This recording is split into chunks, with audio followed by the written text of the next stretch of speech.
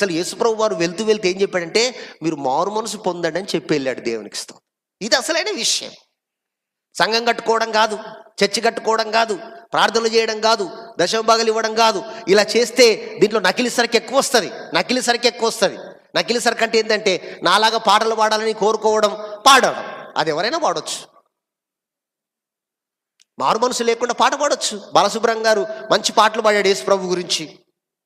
మా ఇంటి పేరు పశువుల పాక, పక్కింటి పేరు సియోను కొండ. మంచిగా పాడిండు.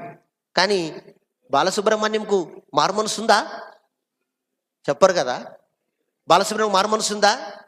లేదు. పాడాడా లేదా? పాడొచ్చు.